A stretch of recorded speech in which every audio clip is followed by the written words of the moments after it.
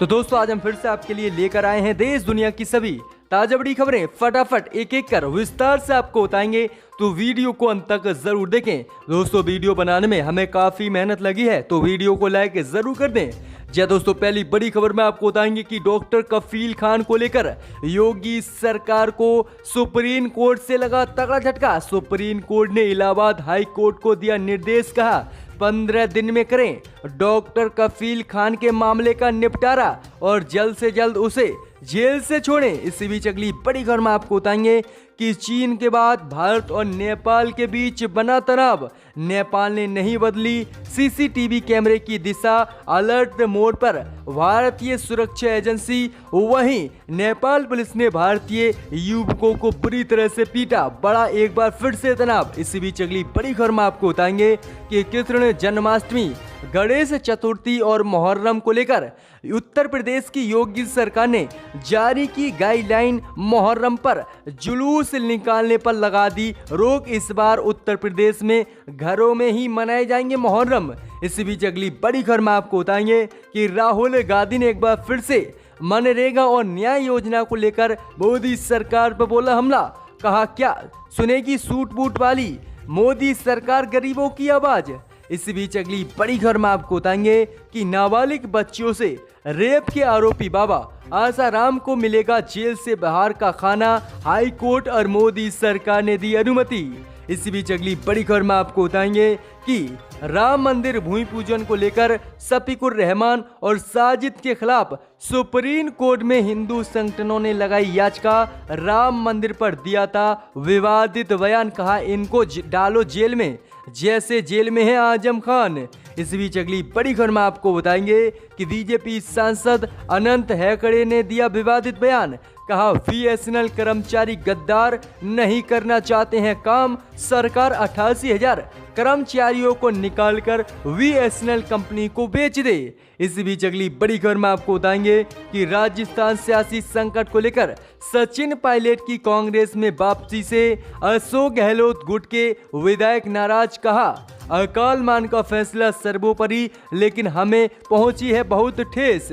इसी बीच अगली बड़ी खबर में आपको बताएंगे कि बिहार विधानसभा चुनाव में भीम आर्मी के प्रमुख चंद्रशेखर की हुई एंट्री। वहीं चंद्रशेखर की पार्टी आजाद समाज पार्टी ने बिहार की सभी 243 विधानसभा सीटों पर अकेले चुनाव लड़ने का किया ऐलान। इस बीच अगली बड़ी खबर में आपको बताएंगे कि रूस ने लॉन्च की दुनिया की पहली कोरोना वैक्सीन।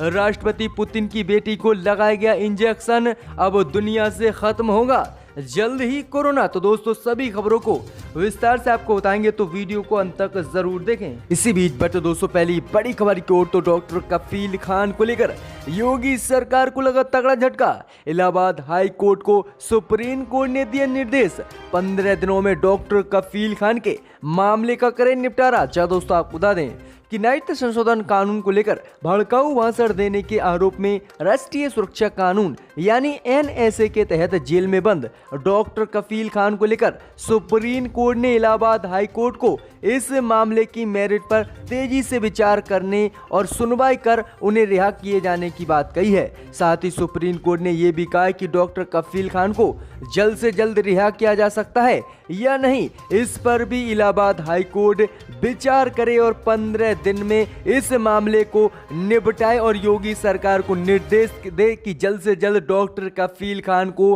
रिहा किया जाए जेल से। तो ये काफी बड़ा झटका योगी सरकार को सुप्रीम कोर्ट से लगा है आज, क्योंकि आपको बता दें कि डॉक्टर कफील खान की मां नुजहत परवीन ने याचिका दाखिल की थी सुप्रीम कोर्ट में कि डॉक्टर कफील खान की जो है जमानत मंजूर होने के बाद भी उन्हें 4 दिन तक जेल से बाहर नहीं निकाला गया। इसी बीच बढ़ते दोस्तों अगली बड़ी खबर की ओर, तो भारत और नेपाल के बीच एक बार फिर से बड़ा तनाव। सीतामढ़ी में नेपाल पुलिस ने भारतीय जवानों को बुरी तरह पीटा। जी दोस्तों आपको बता दें ये बिग ब्रेकिंग न्यूज सामने निकल कर आ रही है कि भारत और चीन के बीच लगातार तनाव बना हुआ है। इस बीच बड़ी खबर सामने निकल कर आ रही है कि इंडो नेपाल के सोनवर्षा बॉर्डर पर नेपाल पुलिस की तरफ से भारतीय जवानों को बुरी तरह पीटा गया है। वहीं आपको बता दें कि 2 महीने के अंदर ये दूसरी घटना है जब नेपाल पुलिस ने भारतीय जवानों को पीटा है। जी दोस्तों, आपको बता दें कि वहीं आपको बता दें कि जो कैमरे नेपाल सरकार लगा रही थी वही भारत सरकार ने इसका एंगल बदलने की मांग की थी, लेकिन नेपाल ने इसका एंगल नहीं बदला है, जिसके बाद भारत की सुरक्षा एजेंसी हैं वो मोदी सरकार ने अलर्ट मोड पर रख दिए हैं। तो ये काफी बड़ी खबर है कि नेपाल चीन और पाकिस्तान की तरह ही भारत के साथ बर्ताव कर रहा है। इसी बीच बढ़ते दोस्तों अगली बड़ी खबर की ओर, तो कृष्ण जन्माष्टमी, गणेश चतुर्थी और मुहर्रम को लेकर योगी सरकार ने जारी की गाइडलाइन, जुलूस निकालने पर मुहर्रम के रोक। जहाँ दोस्तों आपको बता दें ये बिग ब्रेकिंग न्यूज सामने निकल कर आ रही है कि यूपी सरकार ने अगस्त महीने में आने वाले त्योहार श्री कृष्ण जन्माष्टमी, गणेश चतुर्थी और मुहर्रम को लेकर गाइडलाइन जारी कर दी है। योगी सरकार ने त्योहारों में जुलूस निकालने पर पूर्ण रूप से पाबंदी लगा दी है। तो कोरोना संक्रमण के फैलाव को रोकने के लिए धर्म गुरुओं से अपील भी की है कि वह लोगों को समझाएं और एक जगह इकट्ठा न हो। वहीं आपको बता दें कि योगी सरकार ने जो गाइडलाइन जारी की है उसके अनुसार गणेश चतुर्थी पर पूजा पंडाल में मूर्ति की स्थापना नहीं की जाएगी और न ही शोभा यात्रा निकाली जाएगी। वहीं मुस्लिमों को त्योहार मुहर्रम के दौरान जुलूस निकालने पर भी पूर्ण रूप से योगी सरकार ने रोक लगा दी है और सरकार ने धार्मिक स्थलों पर भीड़ न जमा होने के निर्देश दिए हैं। तो योगी सरकार ने किस तरह से मुहर्रम सभी त्योहारों को लेकर गाइडलाइन जारी करते हुए जुलूस निकालने पर पूर्ण रूप से रोक लगा दी है और मुस्लिम समुदाय से अपील की है कि वह जुलूस न निकाले और मुहर्रमों को घरों में ही मनाए। तो ये काफी बड़ी अपडेट है कि योगी सरकार ने। इसी बीच बढ़ते दोस्तों अगली बड़ी खबर की ओर, तो राहुल गांधी ने एक बार फिर से मोदी सरकार पर बोला हमला, कहा गरीबों की बात नहीं सुनेगी सूट वूट वाली मोदी सरकार। जी दोस्तों आपको बता दें कि कोरोना महामारी के संकट काल में नौकरी पर सबसे अधिक असर पड़ रहा है। प्रवासी मजदूरों को शहर से वापस अपने गांव जाना पड़ा है, लेकिन रोजगार का संकट फिर भी बरकरार है। वहीं इसी को लेकर कांग्रेस नेता राहुल गांधी ने अब इस मसले को उठाया है, साथ ही मोदी सरकार पर हमला बोलते हुए न्याय योजना को लागू करने को कहा है। राहुल गांधी ने ट्वीट कर कहा कि शहर में बेरोजगार की मार से पीड़ितों के लिए एक न्याय योजना देश भर में जो है लागू मोदी सरकार को करनी चाहिए। वहीं अर्थव्यवस्था के लिए बहुत ही फायदेमंद ये योजना होगी। आगे राहुल गांधी ने कहा, क्या सूट बूट वाली मोदी सरकार गरीबों का दर्द समझ पाएगी या फिर देश को बस सूट वूट वाले अपने मित्रों को ही बेचती रहेगी। तो ये काफी बड़ा हमला राहुल गांधी ने बोला है। इसी बीच बढ़ते दोस्तों अगली बड़ी खबर की ओर, तो नाबालिग बच्चियों से रेप के आरोपी बाबा आसाराम को मिलेगा जेल से बाहर का खाना, हाई कोर्ट और मोदी सरकार ने दी अनुमति। जय दोस्तों आपको बता दें कि अपने ही गुरुकुल की नाबालिग बच्चियों से रेप के मामले में आखिरी सांस तक कैद की सजा भुगत रहे बाबा आसाराम को कोर्ट से एक बड़ी राहत वाली खबर मिली है। दरअसल कोरोना महामारी बचाव के लिए आसाराम को आयुर्वेदिक डॉक्टरों ने खास भोजन की सलाह दी थी। बाबा आसाराम ने इसकी अनुमति के लिए राजस्थान हाई कोर्ट का दरवाजा खटखटाया था। अब राजस्थान हाई कोर्ट ने बाबा आसाराम को जेल से बाहर का खाना खाने की अनुमति दे दी है। वहीं मोदी सरकार ने भी इसकी इजाजत दी थी।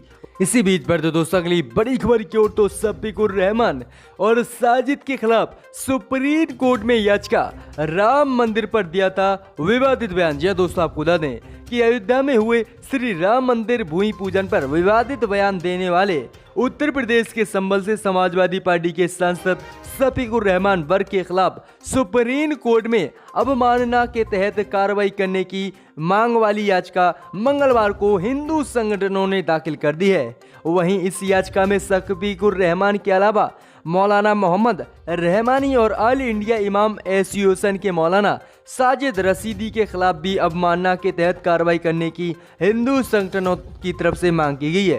दरअसल आपको बता दें कि सपा सांसद शफीकुर रहमान वर्ग ने कहा था कि जिस जगह मंदिर निर्माण किया जा रहा है वहां बाबरी मस्जिद थी और है और हमेशा रहेगी। आरएसएस और बीजेपी ने अपनी ताकत के बल पर अदालत से अपने हक में फैसला करवा लिया। अब इसी को लेकर हिंदू संगठनों ने सुप्रीम कोर्ट में याचिका दायर की है और कहा कि सपा सांसद all India Muslim personal law board और रामलला उनकी संपत्ति हिंदू समुदाय और पूजा स्थल के खिलाफ नफरत और हिंसा को बढ़ावा देने के ये इन लोगों ने बयान दिए हैं और देश में दंगा कराने की इनकी साजिश थी। इसी के तहत इन पर कार्रवाई सुप्रीम कोर्ट करे और इन्हें जेल के अंदर डाले। इसी बीच बढ़ते दोस्तों अगली बड़ी खबर की ओर तो बीजेपी सांसद अनंत हेगड़े का विवादित बयान, बीएसएनएल कर्मचारी गद्दार नहीं करना चाहते हैं काम। मोदी सरकार 88,000 कर्मचारियों को निकालकर बीएसएनएल कंपनी को बेच दे। जी दोस्तों आपको बता दें कि मोदी सरकार लगातार सरकारी कंपनियों को बेच रही है, वहीं अब बीएसएनएल सरकारी कंपनी को भी लेकर मोदी सरकार के सांसदों ने बड़ी मांग उठा दी है और इसे बेचने का ऐलान कर दिया है। जी दोस्तों आपको बता दें कि बीजेपी के सांसद अनंत कुमार हेगड़े ने एक बार फिर से बीएसएनएल कंपनी को लेकर विवादित बयान दिया है। जी दोस्तों आपको बता दें कि बीएसएनएल कर्मचारियों को उन्होंने गद्दार बताया है। वहीं बीजेपी सांसद ने कहा कि सरकारी दूरसंचार कंपनी बीएसएनएल के कर्मचारी गद्दार हैं जो एक नाम कंपनी को आगे बढ़ाने के लिए काम नहीं करते हैं। वहीं मोदी सरकार 88,000 सभी कर्मचारियों को निकालकर बीएसएनएल कंपनी का निजीकरण करके यानी बीएसएनएल कंपनी को बेच दे, जैसे कि अन्य कंपनियों को मोदी सरकार लगातार बेच रही है। तो ये काफी बड़ा विवादित बयान अनंत हेगड़े जो बीजेपी सांसद है उन्होंने दिया है और बीएसएनएल सरकारी कंपनी को बेचने की मांग मोदी सरकार से कर दी है। इसी बीच बढ़ते दोस्तों अगली बड़ी खबर की ओर तो राजस्थान में पायलट की वापसी से कई विधायक गहलोत खेमे के नाराज। गहलोत ने कहा कि कांग्रेस का फैसला और राहुल सोनिया का फैसला सर्वोपरि वही करेंगे जो उन्होंने कहा। जय दोस्तों आपको बता दें कि राजस्थान में काफी सियासी उठापटक के बीच मंगलवार को देर रात कांग्रेस विधायक दल की बैठक हुई। बैठक में कई विधायकों ने पूर्व उप मुख्यमंत्री सचिन पायलट और अन्य बागी विधायकों की पार्टी में वापसी को लेकर नाराजगी जताई है। इस बैठक में मुख्यमंत्री अशोक गहलोत ने बदले राजनीतिक समीकरण से विधायकों को अवगत कराया और सभी को विश्वास में लेने की कोशिश की। वहीं आपको बता दें कि सूत्रों के अनुसार मुख्यमंत्री अशोक गहलोत ने अपने संबोधन में सभी विधायकों को मौजूदा राजनीतिक संकट के साथ देने का धन्यवाद किया है। उन्होंने कहा कि हमारे विधायक ने जिस तरह से हमारा साथ दिया ये किसी भी पार्टी के लिए अपने आप में एक ऐतिहासिक पर्व है। उन्होंने कहा कि एक कांग्रेस अकाल मान ने फैसला लिया है कि सचिन पायलट और उनके जो समर्थन वाले विधायक हैं वो पार्टी में वापसी कर रहे हैं और जो सोनिया गांधी और राहुल गांधी ने फैसला दिया है उन्हें वापसी के लिए हमें वो स्वीकार है और इसलिए हम उनको पार्टी में स्वागत करते हैं। तो ये काफी बड़ा बयान उन्होंने सचिन पायलट की वापसी पर दिया। इसी बीच बढ़ते दोस्तों अगली बड़ी खबर की ओर तो बिहार विधानसभा चुनाव में भीम आर्मी प्रमुख चंद्रशेखर आजाद की हुई एंट्री। कहा सभी 243 विधानसभा सीटों पर बिहार में चुनाव लड़ेगी आजाद समाज पार्टी। जब दोस्तों आपको बता दें कि मोदी सरकार की मुश्किलें बिहार विधानसभा चुनाव में बढ़ती हुई दिख रही हैं। जब दोस्तों आपको बता दें कि बिहार विधानसभा चुनाव में अब भीम आर्मी के संस्थापक चंद्रशेखर आजाद रावण भी एंट्री हो गई है और वह भी सभी 243 बिहार विधानसभा सीटों पर चुनाव लड़ने जा रहे हैं। जी दोस्तों आपको बता दें कि भीम आर्मी के प्रमुख चंद्रशेखर आजाद ने हाल ही में एक नई पार्टी बनाई थी जिसका नाम आजाद समाज पार्टी था और आजाद समाज पार्टी ने बिहार विधानसभा की 243 सीटों पर चुनाव लड़ने का ऐलान कर दिया है। वहीं आजाद ने इसकी घोषणा करते हुए सभी दलों से गठबंधन नहीं करने और सभी पार्टियों पर पार्टी अपने उम्मीदवार खड़े करने का ऐलान कर दिया कि हम किसी भी पार्टी से गठबंधन नहीं करेंगे और अकेले ही बिहार में चुनाव लड़ेंगे। तो मोदी सरकार की मुश्किलें और बढ़ती हुई नजर आ रही हैं। इसी बीच बढ़ते दोस्तों अगली बड़ी खबर की ओर तो सुप्रीम कोर्ट में बोली रिया चक्रवर्ती, मैं सुशांत सिंह से करती थी प्यार लेकिन अब मेरे साथ किया जा रहा है दुर्व्यवहार। जी दोस्तों आपको बता दें कि सुशांत सिंह राजपूत मामले में रिया चक्रवर्ती ने अपने और सुशांत के रिश्ते को लेकर बड़ा खुलासा सुप्रीम कोर्ट में किया। रिया चक्रवर्ती ने कहा कि वो सुशांत सिंह राजपूत से प्यार करती थी और उसकी मौत से काफी दुखी भी हुई हैं। वहीं इस दौरान उन्होंने आरोप लगाया है कि उसे इस मामले में प्रताड़ित किया जा रहा है। बता दें कि रिया चक्रवर्ती सुप्रीम कोर्ट में याचिका दाखिल कर केस को बिहार पुलिस से छीनकर मुंबई पुलिस को ट्रांसफर करने की मांग लेकर सुप्रीम कोर्ट गई थी। लेकिन अब ये मामला सीबीआई को मोदी सरकार ने सौंप दिया है और इसी को लेकर सुप्रीम कोर्ट में उन्होंने अपना आज हलफनामा दिया और बयान दिया, जिसको लेकर ये काफी बड़ा उन्होंने बयान दिया कि वह सुशांत सिंह राजपूत से प्यार करती थी, लेकिन उनको अब इस मामले में जबरदस्ती घसीटा जा रहा है और उसका कोई भी इसमें रोल नहीं है।